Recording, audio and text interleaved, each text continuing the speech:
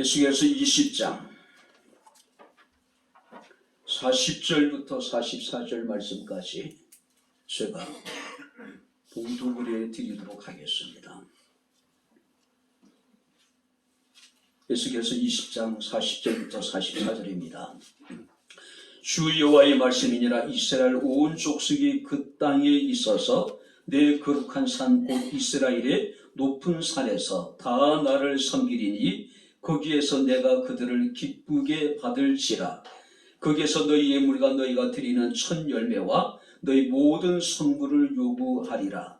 내가 너희를 인도하여 여러 나라 가운데서 나오게 하고 너희가 흩어진 여러 민족 가운데서 모아낼 때에 내가 너희를 향기로 받고 내가 또 너희로 말미암아 내 거룩함을 여러 나라의 목전에서 나타낼 것이며 내가 내 손을 들어 너희 조상들에게 주기로 맹세한 땅 곧 이스라엘 땅으로 너희를 인도하여 드릴 때에 너희는 내가 여호와인 줄을 알고 거기서 너희의 길과 스스로 더럽힌 모든 행위를 기억하고 이미 행한 모든 악으로 말미암아 스스로 미워하리라. 이스라엘 족속아, 내가 너희의 악한 길과 더러운 행위대로 하지 아니하고 내 이름을 위하여 행한 후에야 내가 여호와인 줄 너희가 알리라. 주 여호와의 말씀이니라. 아멘. 고맙습니다. 살아계신 하나님을 예배하게 하시고 또 이 시간 주의 말씀을 청동할 수 있는 은혜를 베풀어 주심을 감사합니다. 말씀이 선포될 때 우리의 마음의 문을 열어주시고 길을 여셔서 성령의 교회들에게 하시는 주의 음성을 듣게 하옵소서. 깨닫게 하옵소서. 위로가 되게 하시고 힘이 되게 하옵소서. 예수님 이름으로 기도합나이다. 아멘. 할렐루야. 자, 우리 옆에 있는 분들 하나님 우리와 함께 하십니다. 인사하겠습니다. 하나님 우리와 함께 하십니다. 할렐루야. 조금 황당하기도 하고 조금 마음이 불편하기도 하고 지금 그런 여러 가지 복잡한 그런 심정입니다. 중세 신학자였던 토마스 아퀴나스가 명상과 기도 중에 하나님의 음성을 듣게 됩니다. 하나님께서 그에게 이러시기를 너는 내게 구하라. 내가 무엇을 줄까라고 물으셨습니다.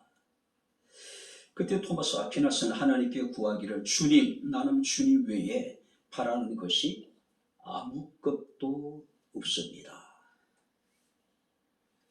주님 외에는 내가 바라는 것이 아무것도 없다고 하는 것이 토마스 아퀴나스의 기도 요성을 우리가 보게 됩니다. 주께서 오늘 우리에게 말씀하십니다. 너희는 먼저 그의 나라와 그의 의를 구하라. 나를 구하라. 그리하면 이 모든 것을 내가 너희에게 더하여 주시리라. 할렐루야. 하나님을 구하면은 하나님께서 우리에게 필요한 모든 것들을 그가 친히 채워주시겠대요. 우리가 하나님께 기도하면 하나님께서 우리를 일하시겠지만은 우리가 일을 하면은 우리가 일을 해야 돼요. 어느 것이 더 효과적일까요? 어느 것이 우리에게 더 유익할까요? 어떤 상황 속에서도 먼저 주님을 구할 수 있는 저와 여러분들의 삶이 되어질 수 있기를 주의 이름으로 축원합니다.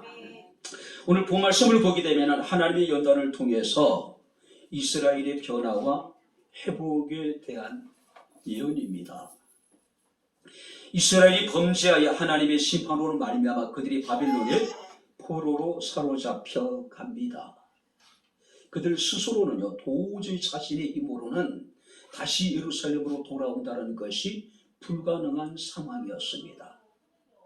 자, 그런 중에 하나님께서는 페르시아의 고레스를 통해서 포로로 사로잡혀온 이스라엘 백성들로 하여금 고국으로 돌아가라고 하는 귀한 명령을 내리게 됩니다. 우리가 그것을 고레스 칙령이라고 이야기를 합니다. 1차, 2차, 3차 몇 차례에 걸쳐가지고 포로로 사로잡혀가 있던 이스라엘 백성들이 예루살렘으로 귀환하게 됩니다. 무너져버린 성전을 다시 재건하게 되고 무너져버린 성벽을 다시 재건하게 됩니다. 자, 하나님께서는 예수기를 선지자를 통해서 말씀하시기를 이스라엘 온 족속이 하나님의 거룩한 산에서 다 하나님을 섬기게 될 것이고 하나님께서는 거기서 그들을 기쁘시게 받으시게 될 것이라고 말씀을 하셨습니다. 자, 여기서 기쁘시게 받는다라고 하는 의미는 어떤 의미냐면은 제의적인 여러분들이 용어입니다. 그러니까 제사 때 사용되어지는 용어예요. 여호와 하나님께서 제물을 기쁘시게 받으시듯이 그들을 기쁘시게 받으시겠다는 이야기예요. 그렇다면 오늘 우리는 이 말씀을 통해서 정말 하나님이 우리를 기쁘시게 받으시게 하기 위해서는 우리가 어떤 삶을 살아야 될 것인가? 우리가 함께 말씀을 살피면서 함께 의뢰를 나누도록 하겠습니다. 자, 40절 말씀을 우리 다시 한번 같이 읽겠습니다. 주 여호와의 말씀이니라 이스라엘 온 족속이 그 땅에 있어서 내 거룩한 산 곧 이스라엘의 높은 산에서 다 나를 섬기리라. 거기에서 너희 예물과 너희가 드리는 첫 열매와 너희 모든 선물을 요구하리라. 자, 여기서 거룩한 산이 등장합니다. 이스라엘의 높은 산이 등장합니다. 자, 여기서 거룩한 산, 이스라엘의 높은 산은 어떤 산일까요? 예루살렘에 있는 시온산을 가리킵니다.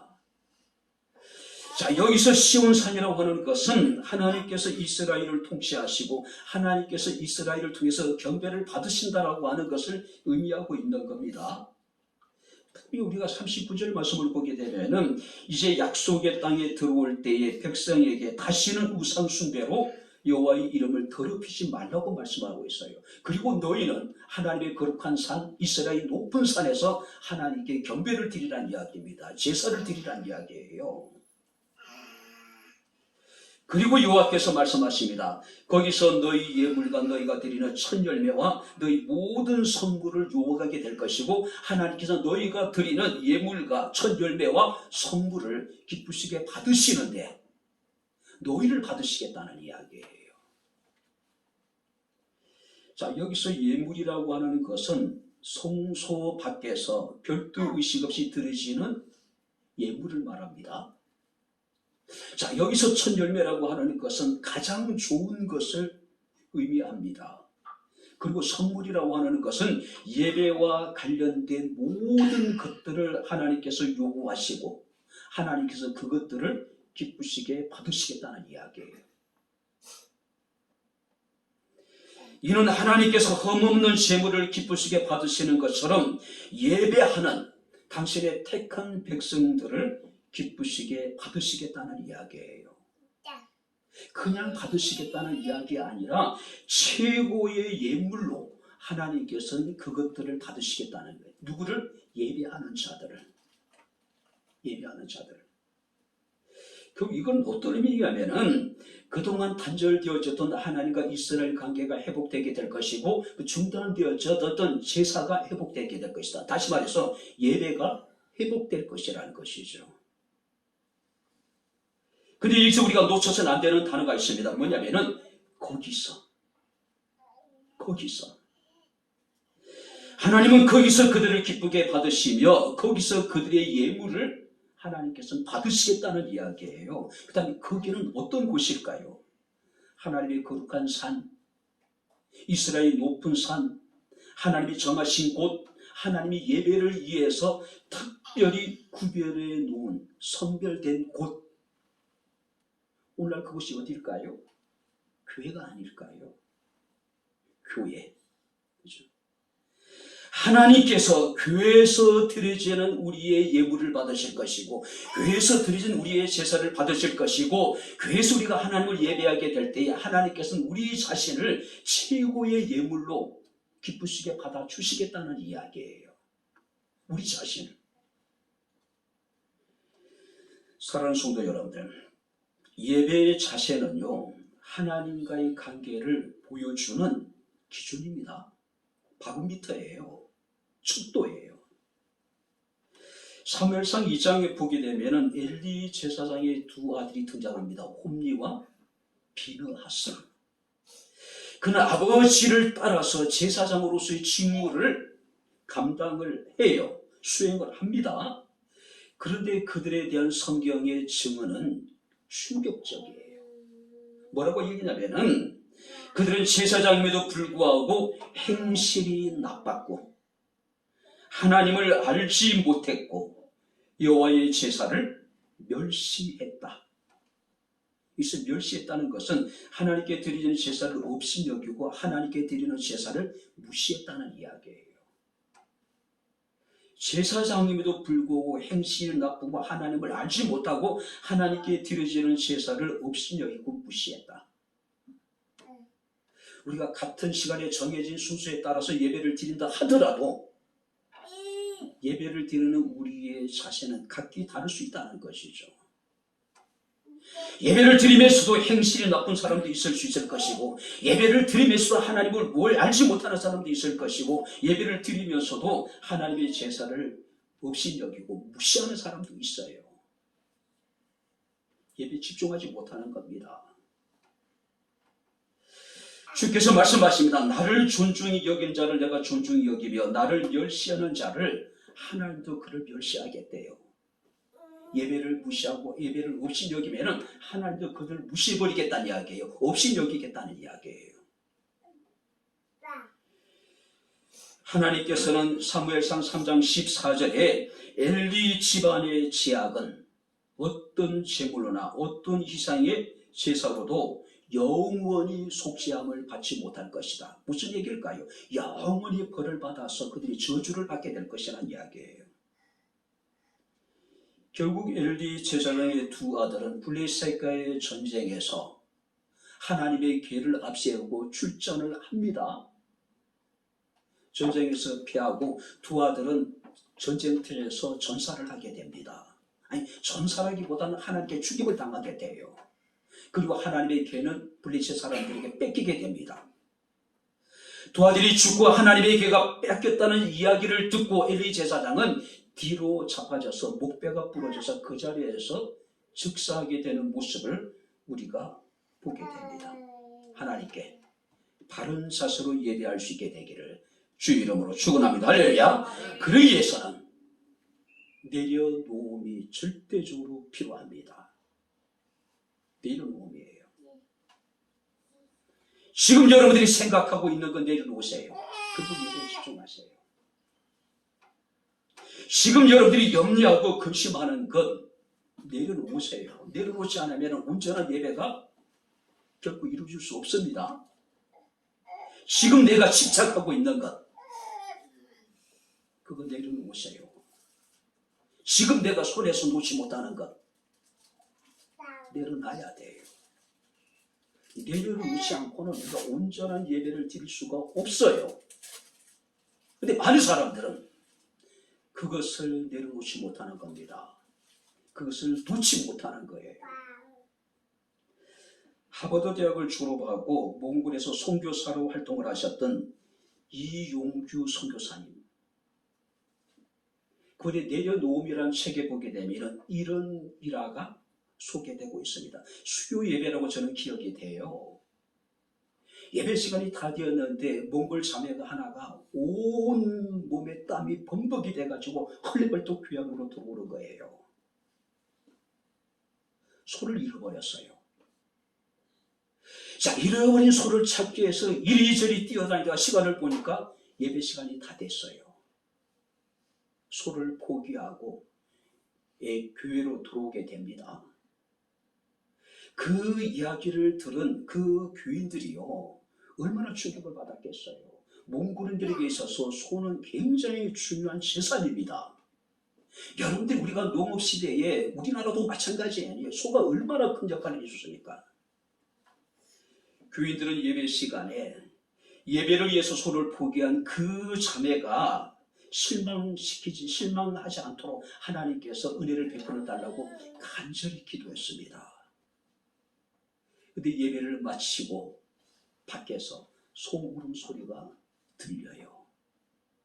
나가보니까 잃어버렸던 그 소가 교회 앞에 와 있는 겁니다. 예배를 위해서 포기했던 그 소가 교회 앞에 나와서 주일을 기다리고 있었다는 거예요. 사랑하는 성도 여러분들이, 내려놓고 예배를 드렸더니 하나님이 책임져 주셨습니다. 할렐루야.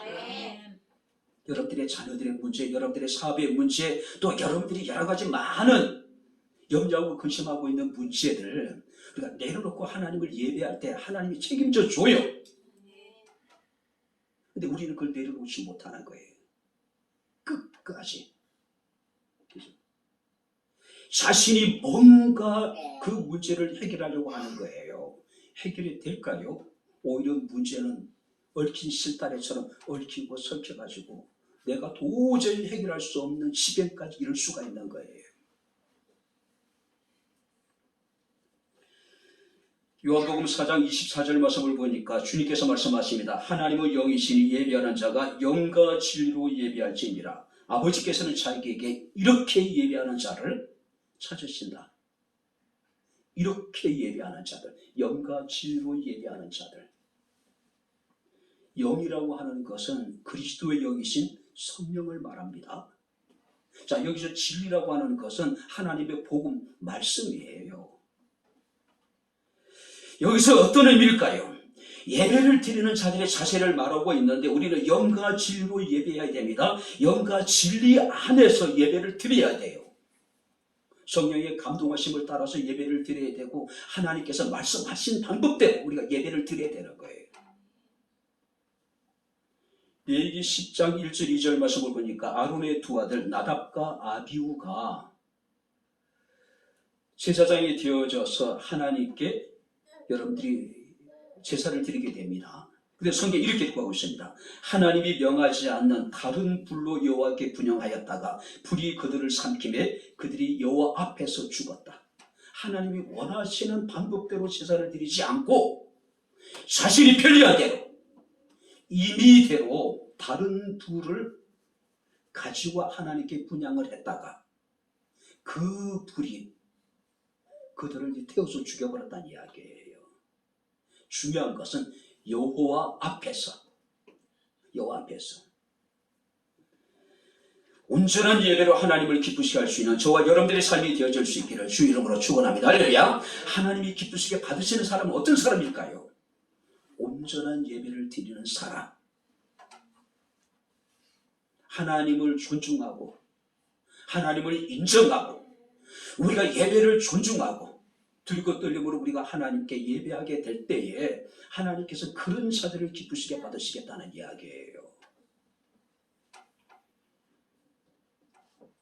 친구들에게 인정을 받는 것도 좋습니다. 누군가에게 우리가 인정을 받는 것도 좋습니다. 그러나 하나님께서 기쁘시게 받지 않으신다면 우리의 삶이 얼마나 허무할까요? 그 다음 보시기 바랍니다. 41절 같이 읽겠습니다. 내가 너희를 인도하여 여러 나라 가운데서 나오게 하고 너희가 흩어진 여러 민족 가운데서 모아낼 때에 내가 너희를 향기로 받고 내가 또 너희로 말미암아 내 거룩함을 여러 나라의 목전에서 나타낼 것이며 내가 너희를 향기로 받고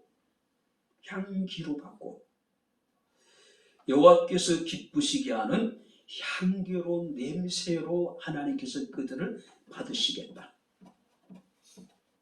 자, 여기서 이는 하나님께서 정결하신 예배자들을 향기로운 제물을 받으시듯이 그들을 받으시겠다. 야고보서 1장 4절 말씀을 보게 되면 온전하고 구비되어 조금도 부족함이 없는 모습을 우리가 하나님을 예배하게 될 때에 하나님께서는 그것을 향기로 받으시겠다는 이야기예요. 우리 자신을 향기로.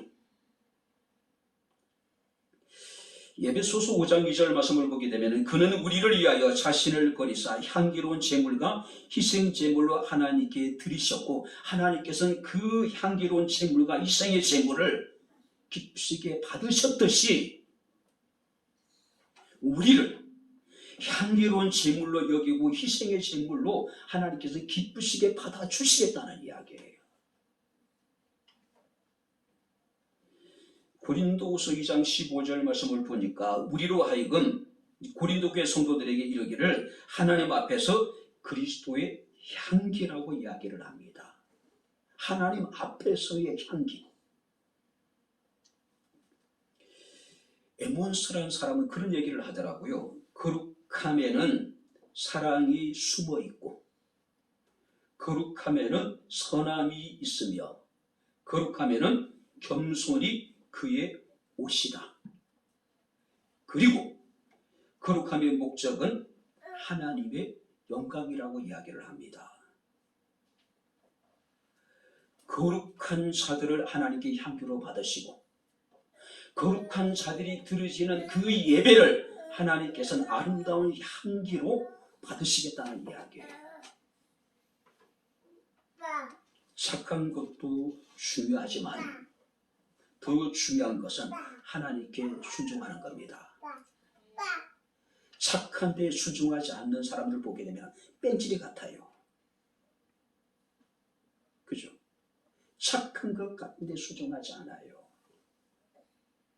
여러분들이 자녀도 그렇지 않습니까? 참 우리 애들은 착한데 이놈이 전혀 부모의 말에 순종하지 않아요. 착한 게 중요할까요? 부모에게 순종하는 것이 중요할까요? 두말할 필요가 없지요. 그죠? 열심히 우리가 일을 하는 것보다 더 중요한 것은 거룩입니다. 거룩이에요. 거룩하지 못한 사람이 열정과 열심히 일을 하면 사고만 터지죠. 그죠? 열정적으로 일을 하는 것보다 더 중요한 건가요? 거룩을 추구하는 거예요.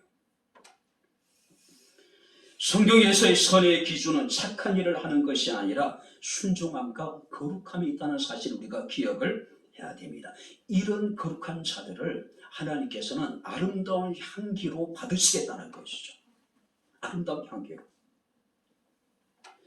그래서 우리가 사도 바울 에베소서 4장 22절 24절에 이르기를 너희는 유혹의 욕심을 따라 썩어져가는 구습을 쫓는 옛사람을 벗어버리고 오직 너희의 심령이 새롭게 되어 하나님의 의를 따라서 의와 진리와 거룩함으로 지으심을 받은 새 사람을 입어라.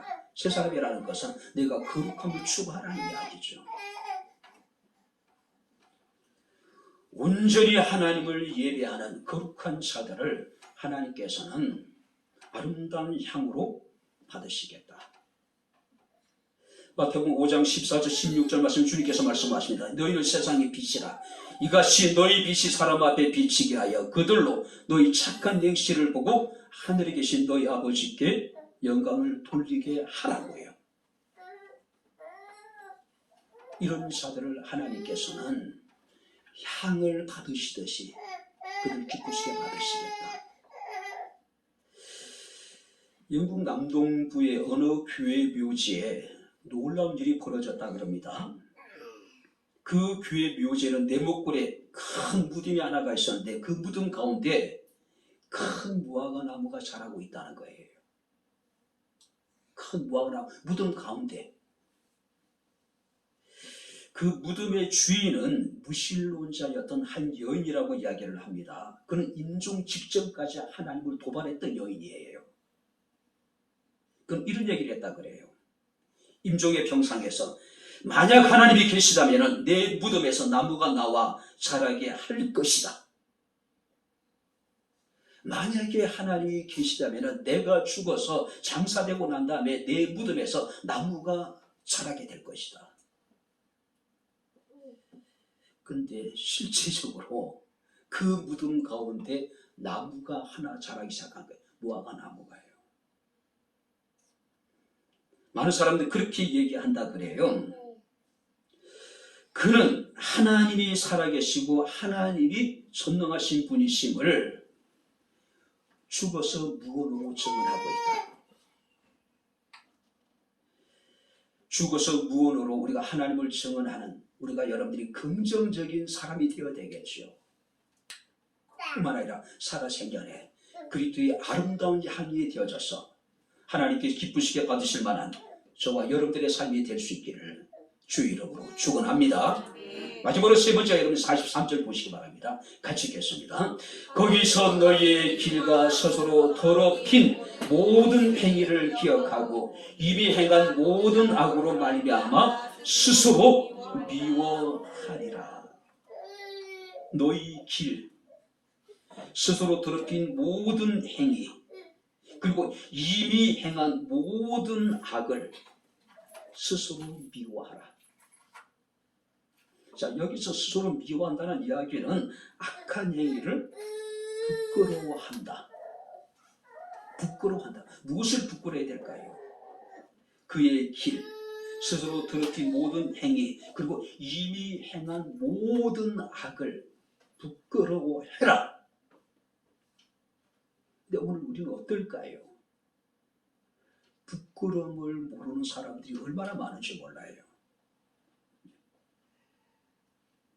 바로 이것이 여러분들이 우리가 포스트 모든 시대의 여러분들이 특징입니다. 절대적인 모든 것을 부정해버리죠. 권위를 부정하죠. 그리고 모든 것을 상대화시켜버려요. 왜 사람들이 부끄러움을 못 느낍니까? 그래도 내가 누구보다 낫다라고 하는 여러분들이 생각을 하게 되는 거예요. 예전에 참 그런 소리를 종종 들었습니다. 기도 목사님, 내가 누구보다 낫지 않느냐고. 누구보다 나을 수 있는지 모르겠죠. 그러나 그 판단의 기준은 누가 아니라 하나님이 돼야죠. 그죠? 광야라고 하는 영화에 보게 되면은 부끄러운 줄 알아야지. 조선의 관리를 향해서 얘기를 하잖아요. 그죠? 성리학에 찌들어 있는, 사대주의에 물들어 있는 그 대신들을 향해서 부끄러운 줄 알아야지. 하나님 앞에 부끄러운 줄 알아야죠. 교회 앞에서 부끄러운 줄 알아야죠. 자기 스스로 여러분들이 자신이 행한 일에 대해서 부끄러운 줄 알아야죠. 여기서 우리가 여러분들이 미워하고 부끄러워해야 될 것은요, 스스로 더럽힌 행위와 자신이 걸어온 잘못된 길, 그리고 이미 행한 모든 것들에 대해서. 여기서 부끄러워한다는 이야기는 단순히 부끄러워하는 것이 아닙니다. 경멸 하는 거예요. 혐오하는 겁니다. 경멸하고 혐오하고 증오하는 거예요. 예레미야 6장과 8장의 말씀을 보게 되면 비슷한 여러분들의 말씀이 기록되어 있습니다. 예루살렘이 멸망을 당하기 직전에 이 유다의 여러분들이 죄에 대해서, 죄악성에 대해서 하나님은 선지자 예레미야를 통해서 책망을 하십니다. 들어보세요. 그러므로 내가 그들의 아내를 타인에게 주겠고 그들의 밭을 그 차지할 자들에게 주리니 그들이 가장 작은 자로부터 큰 자까지 다 욕심을 내며 선지자로부터 제사장까지 다 거짓을 행함이라. 무슨 얘기예요? 더 이상 유대에 희망이 없어요. 가장 작은 자로부터 큰 자까지 탐욕에 사로잡혀 있었고 선지자로부터 제사장에 이르기까지 다 거짓을 행하되 밥 먹듯이 거짓을 행하고 있었다. 종교는 그 사이에 최후의 불화라고 얘기합니다. 특별히 기독교는 그래요. 그런데 하나님의 대언자라고 하는 선지자가 자기 백성들을 대표해서 하나님 앞에 나가 희생의 제물을 드리는 제사장이 타락을 했어요. 거짓을 행한단 말이에요. 밥 먹듯이. 부끄러운 줄도 모르고. 그때 하나님 말씀하십니다. 그들이 가증한 일을 행할 때에 부끄러워하였느냐? 아니다라고 이야기를 해요. 조금도 부끄러워하지 않을 뿐 아니라 얼굴도 붉어지지 아니했다. 얼마나 뻔뻔했던지 거짓을 행하고 제사장과 선지자가, 목사가, 장로가, 그리스도인들이 조금도 부끄러움을 느끼지 못했을 뿐만 아니라 얼굴도 붉어지지 않는데요. 얼굴색 하나 변하지 않는데요. 얼마나 뻔뻔스러운지. 예레미야 시대만 그랬을까요? 오늘 여러분들이 교회 안에도 이래요. 한국 교회도 마찬가지입니다. 우리 사회도 마찬가지예요. 어린 아이서부터 대통령에 이르기까지 다 탐욕에 사로잡혀 있죠. 그들이 부끄러운 일을 행하면서 부끄러움을 느끼지 말고 뻔뻔하잖아요. 그죠? 다 아는데 마치 벌거벗은 여러분들이 임금님처럼 자기만 모르는 이런 일들이 우리 사이에 여러분들이 벌어지고 있는 거예요. 교회 안에서 벌어지고 있는 거예요.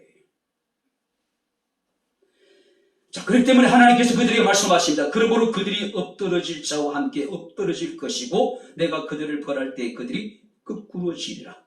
하나님이 그들을 엎어버리겠대요. 그들을 하나님께서 거꾸로 털어버리겠다는 이야기예요. 그 결과는 뭡니까?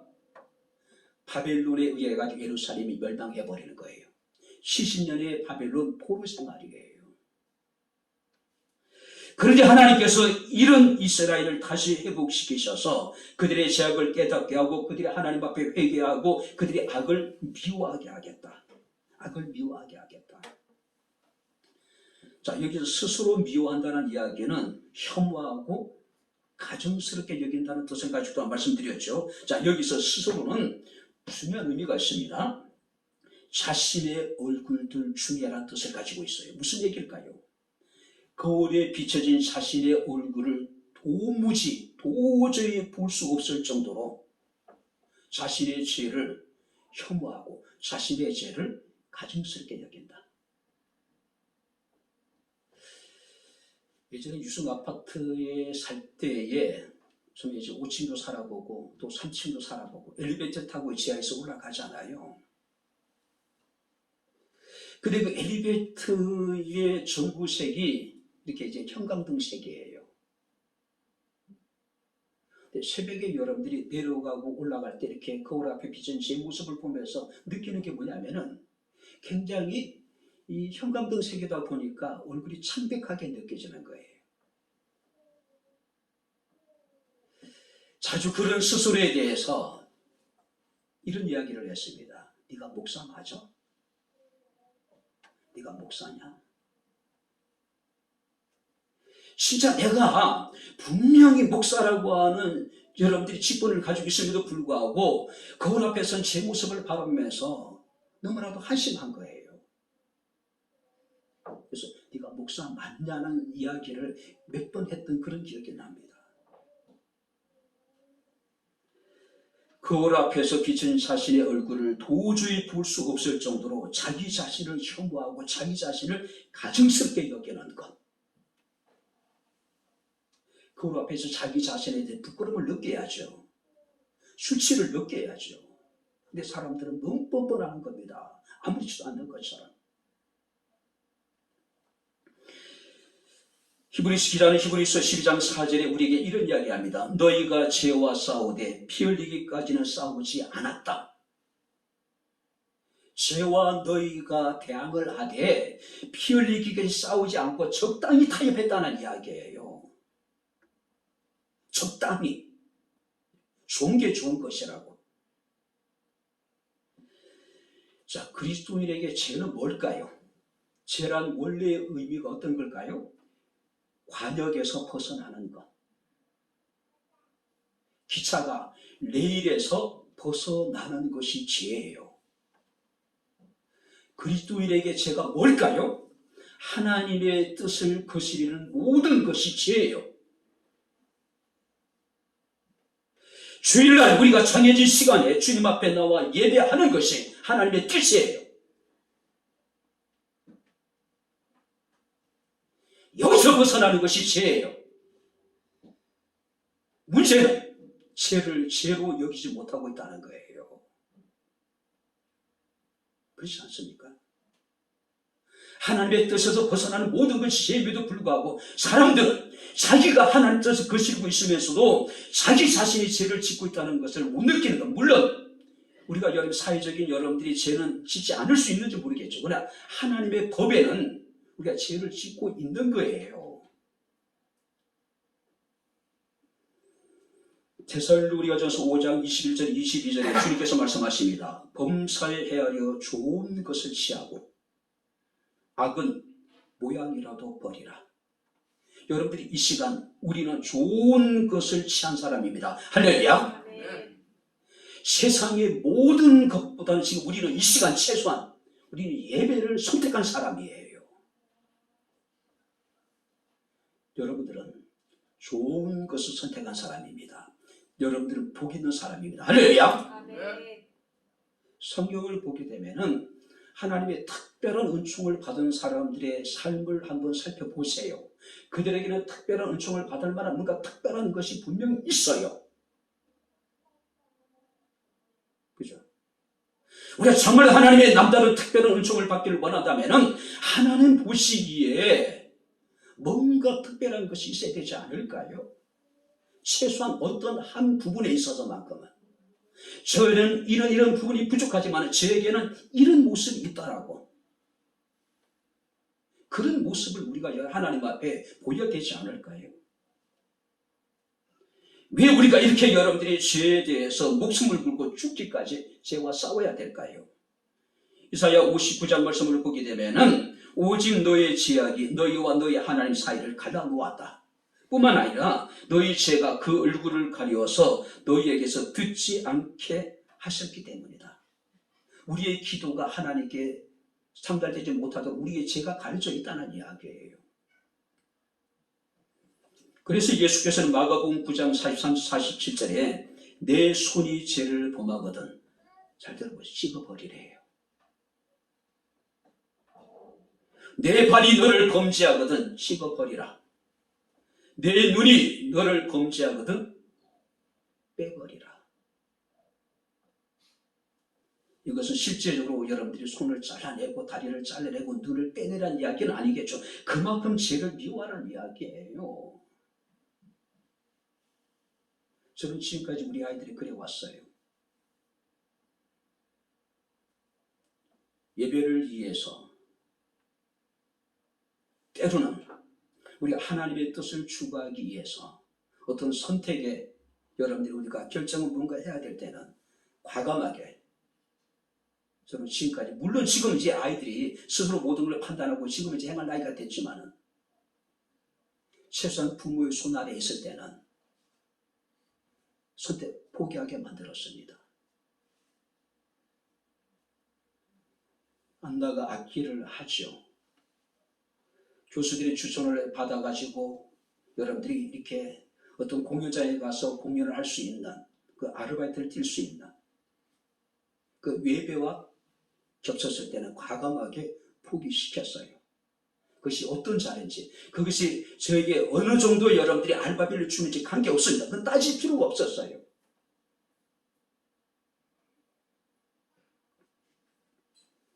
우리의 삶이 하나님께서 기쁘시게 받으실 만한 아름다운 삶이 될 수 있기를 주 이름으로 축원합니다.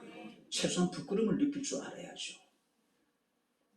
세상의 법이 아니라 하나님의 법, 하나님의 기준, 하나님의 율법에 하나님의 뜻에 거스르는 것에 대해서 우리가 부끄러움을 느낄 줄 알아야 돼. 그것에 대해서 우리가 여러분들이 때로는 자기 자신이 최소한 이러면 내가 안 된다라고 하는 그런 여러분들이 마음이 우리에게 있어야 되지 않을까요? 너무 무뎌져 있는 것 같아요. 그죠? 세상 사람들이 다 그렇게 살아가니까 자기가 그렇게 살아가는 것이 당연한 것이고 그것이 여러분들이 그 진정의 처신을 잘하는 것이고 그것이 매우 지혜로운 것 같다. 그렇게 느끼고 있지 않습니까? 오늘 이제 여기까지 우리 말씀을 마치도록 하겠습니다. 하나님 우리를 기쁘시게 받아주시길 원하십니다. 하나님 우리를 통해서 당신의 거룩함을 드러내기를 원하십니다. 하나님 우리가 당신의 여호와 하나님심을 알기를 원하고 계셔요. 그렇다면 누가 하나님이 기쁘시게 받으실 만한 사람이 될 수 있을까요? 누가 하나님의 거룩함을 드러낼 수 있는 사람이 될 수 있을까요? 누가 하나님이 여호와 참신임을 여러분들이 알 수 있을까요? 성경 우리의 말씀하십니다. 온전한 예배를 드리는 사람, 향기로운 여러분들이 아름다운 향이 되는 사람, 하나님 앞에서 자신의 죄를 미워하는 사람을 하나님께서 기쁘시게 받으시겠다라고 오늘 우리에게 말씀하고 있습니다. 이제부터 영원토록 하나님께서 기쁘시게 받으실 만한 아름다운 우리의 삶, 백향목의 성도들의 삶이 될 수 있기를 주님 이름으로 축원합니다. 기도하겠습니다. 좋으신 아버지 하나님, 우리 아버지 하나님의 은혜와 사랑을 진심으로 감사합니다. 하나님께서 기쁘시게 받으시는 사람의 삶, 그것이 어떠해야 될 것인가를 우리가 주의 말씀을 통해서 깨달았습니다. 온전한 예배로 하나님을 영화롭게 하며 아름다운 향이 돼서 하나님의 기쁨이 되며 모든 죄를 미워함으로 정결한 하나님의 거룩한 백성으로서 하나님께서 기쁘시게 받으실 만한 아름다운 우리의 삶이 되게 하옵소서. 예수님 이름으로 기도하옵나이다. 아멘.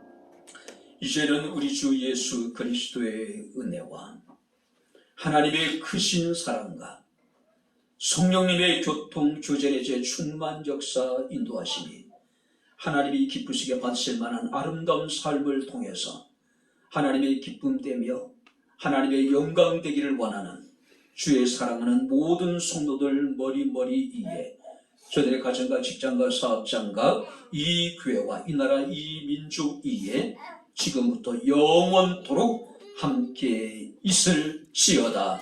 아멘.